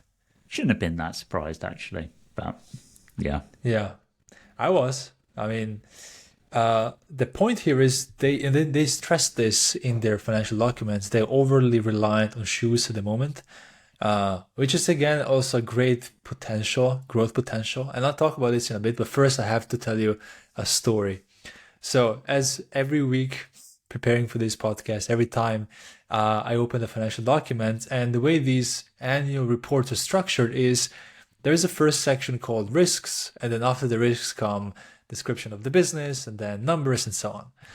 And I was comparing Nike's annual report with On's, and I had a feeling I had to scroll for a very long time on the On's annual report to get to the numbers. I'm like, what the heck is going on? Like I'm scrolling for 20 seconds, 30, 40. I still didn't get to numbers. And with Nike's, you get to numbers right away. I was like, what is going on? And I have a closer look, and Nike's section for risk. So every annual report needs to have a section explaining what the biggest risks of the business are. So for Nike, it's a 1 page. And for On, it was, I believe, like 39 pages or something like that. It was unbelievable long. Yeah, it was just a page after page of risks. That was surprising, but I think it talks a little bit about also the different mentality, different countries. Another awesome quote from one of the founders: when they are in the US, they always get told, "Oh man, you're such a European company." And when they're in Switzerland, they always get told, "Oh man, you're such a US company." Oh yeah. Nice. I actually have the note here: 43 pages of explanation of risk. Good on them. Crazy. Detail.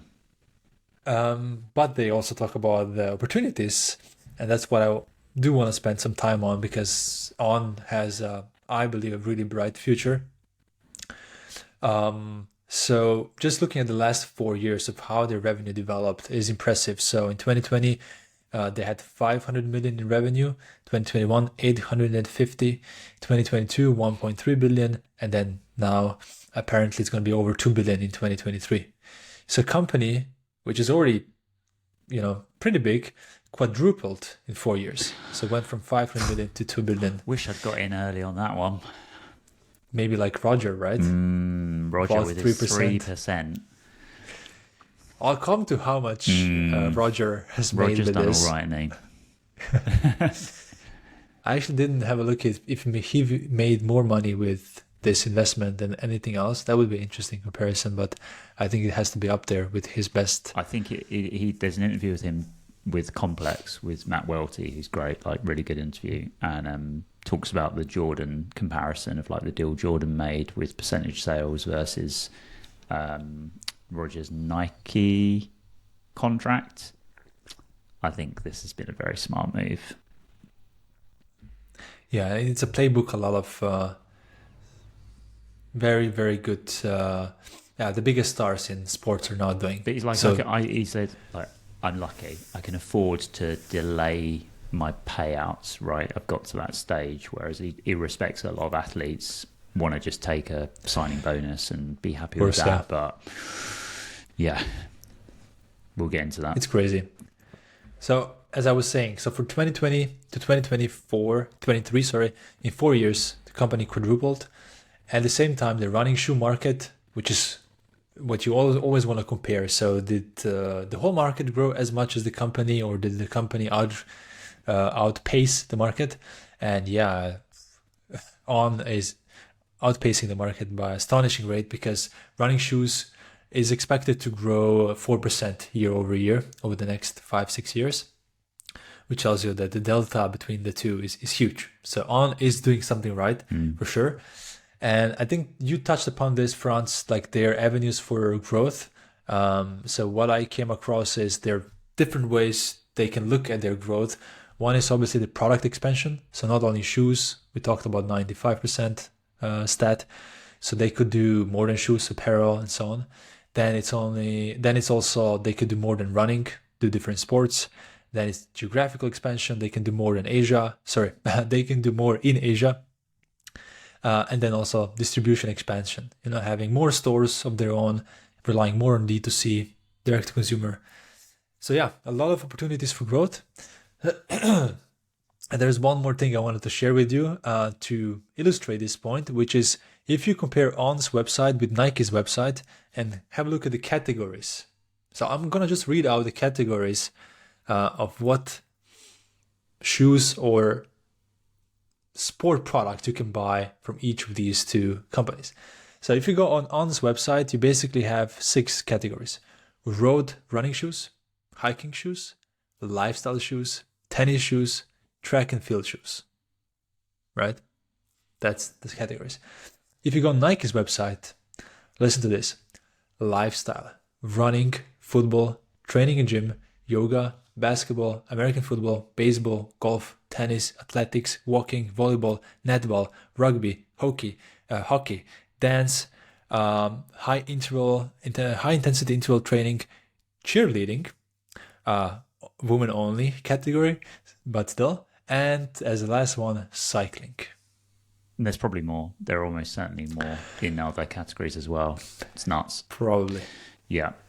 And in that interview with Roger Federer, he talked about an early meeting he had with them where they were like, Roger, there's so much potential. We can go into basketball, we can go into blah, blah. And he was like, cool your guns. Like, keep your focus Tennis. on running for as much as you can, because, yeah, we don't want to do that early kind of spread yourselves too thin too early. Yeah.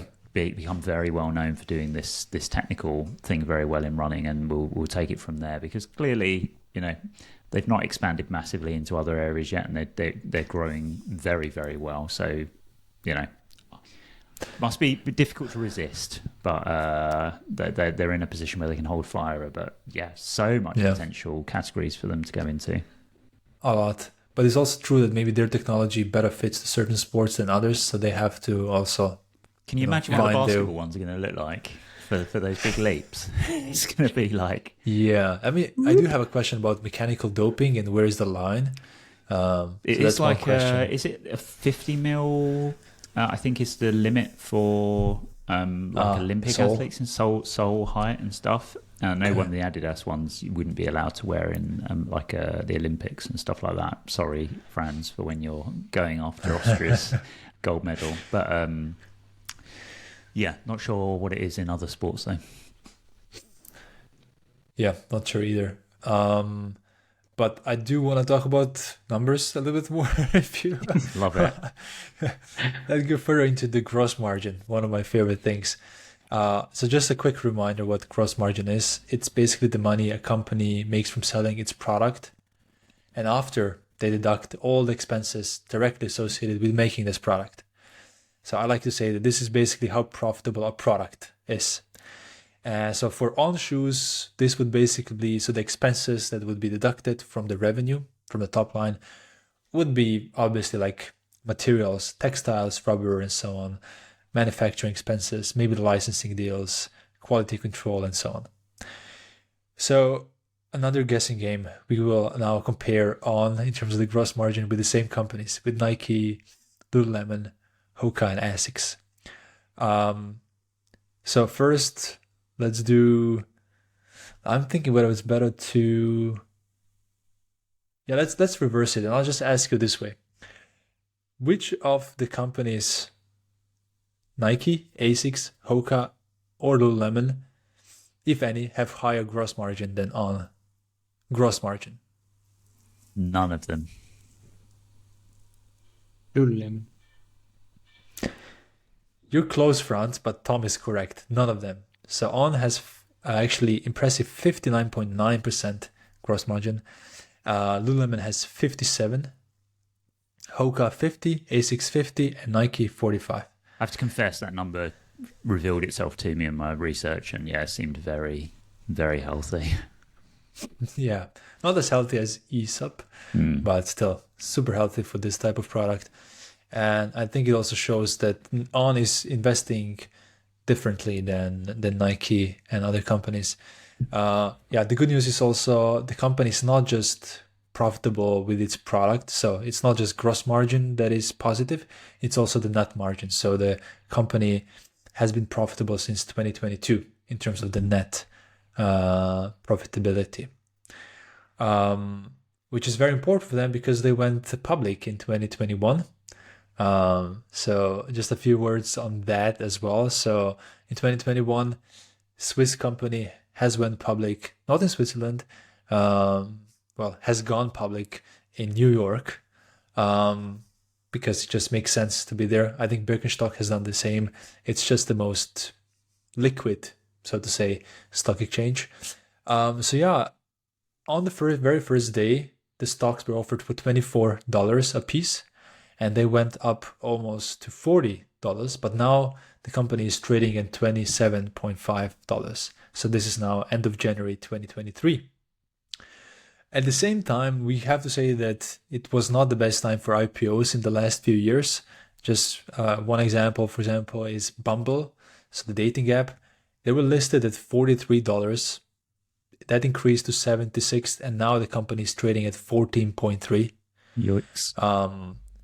Robinhood listed at $38. Today traded at $11. Coinbase listed at $250. Today at $132, and so on. Tom, what's the smirk on your face about? I keep seeing these thumbs up coming up on your over your video, and I don't know where they're coming from. What kind of thumbs up? Like little emojis. I don't know if I'm just imagining things. Franz, was that you? I see them. You didn't see? Did you see them as well? I did, yeah. Yeah. That's what I was smirking because I've never seen those before. Sorry, Alen. I was distracted by animation. It was very interesting. Maybe that's gonna. I mean, if you're watching YouTube, maybe you're gonna see that. Yeah. If not, then you won't. Okay, I thought you're. I thought you're smiling about it particularly. Liking all your facts, which they're great facts, but I've never seen that before. Sorry. But that's leading us to the main point of this whole podcast, which is how much money did Roger Federer make with this investment? So right now, the company On is valued at just above $8.5 billion. So the 3% that he owns, unless he sold them in the IPO, would have made him $250 million. And let's just check Roger Federer career earnings. Can you say that again? Let's make that a guessing game. What would he have made? That's a good guessing game. 250 million. So how much do you make on court compared to that? Exactly. That's on court or career earnings. That's the difference, because on court is prize money and career earnings is prize money and every ad deal that he had. I mean, definitely won't have made 250 million on court. I wouldn't have thought so. I'd imagine he made more than that in sponsorship over a 20-year career. Yeah, I'm with the same guess.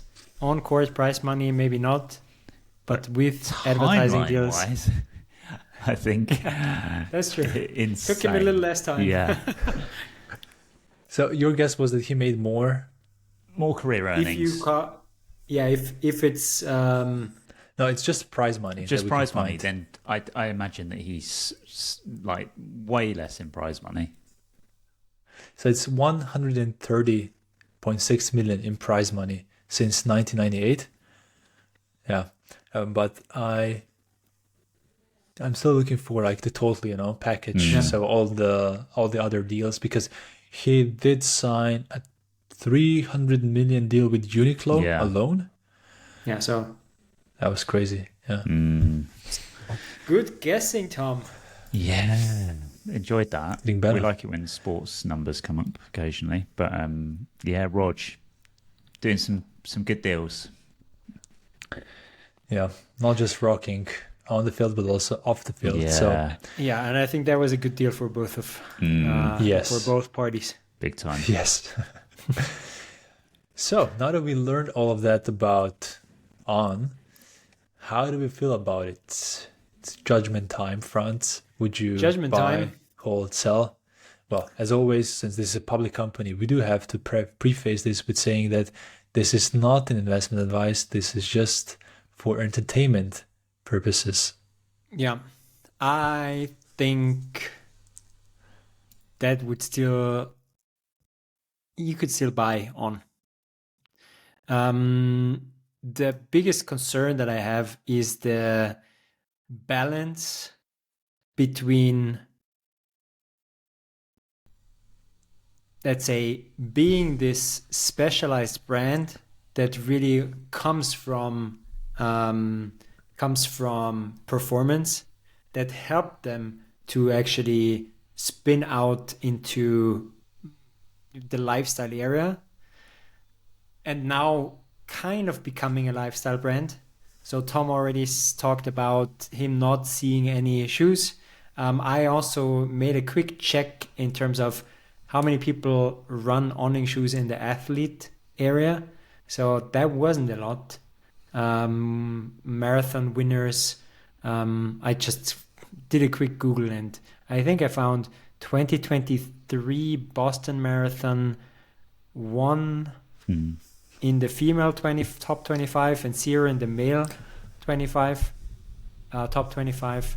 1 year earlier, New York Marathon 1 like one person in the top 25 for female, one person in the top 25 for male contestant. So I don't know, this stretch or double strategy between being the running brand that also makes you interesting for non-runners, but now being a lifestyle brand. So having this stretch, I'm interested how they will do that. And that's a little bit of my concern. What I think, or what made this concern a little smaller, is their recent opening of their, do they call it research lab in Zurich? So they do seem to invest heavily into R&D, and it seems that they do want to stay technology leader in their specific field and not necessarily only go into fashion and broad adoption.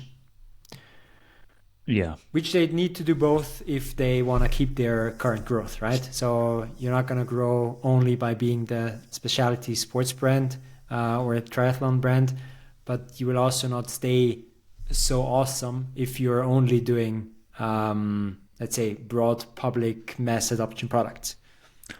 So you're cautiously buying, your dollar cost averaging into On. Yeah. Okay. Tom?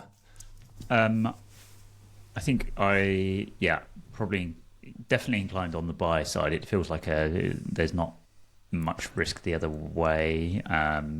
Nervously say things like that on here as per Alan's disclaimer. I don't see them having the kind of big leaps that they've had the last 5 years, but it does feel like there's so much potential headroom for them to go into these other categories. Even if they captured a little bit of market share with that technology in some of them, it's going to carry on delivering some growth. I share Franz's biggest concern is that now they are publicly traded, there is going to be pressure for growth, and it feels like casual leisure is probably the biggest growth category for them. And it is. We see that on the street. We see that the fact that it's not actually used by that many athletes, and that's very much driven by fashion rather than technology. And right now, that look, that chunky sole, that technical aesthetic is in. It probably won't be in a couple of years. So that is my concern as well. But like you say, Franz, investing in that side of things, the founders still hold an enormous amount of stock. I think, yeah, reasons to be optimistic, and I would be buying, and I wish that I had a time machine. How about you, Alen? Especially if we had time machine. But no, in this case, I'm optimistic about their future. I think there's so many categories they could go into, and with the capital they have gained from the IPO and also becoming profitable, I think there's so many things they can do also on the marketing side to really compete with Nike, Adidas, and I think they're in a better position than some other brands to do so. So I can easily see them getting to 5, maybe even somewhere here between 5 and 10 billion range.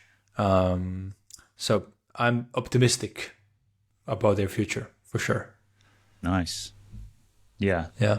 Seems like a similar story, definitely, to like Lululemon, where we were concerned about some of the avenues they were going into, like Lululemon going into the trainer market, for example. The sneaker market felt well out of their comfort zone. I don't think we're likely to see On. The difference with On is it's a shoe technology, and it feels like it could apply to a bunch of other things. They're not suddenly going to start making tennis rackets, we don't think. So they've luckily got something that feels very transferable around sports. So definitely a bit more bullish on them. So yeah, what an interesting company. And as always, one of those I went into a little meh about, but admire. Certainly a lot more, and maybe check in with me in a couple of weeks, and maybe I'll have ended up going for the Ons for my new running shoe. Next episode, Tom, you're sharing this story. Which brand you went for? Certainly will. Cool.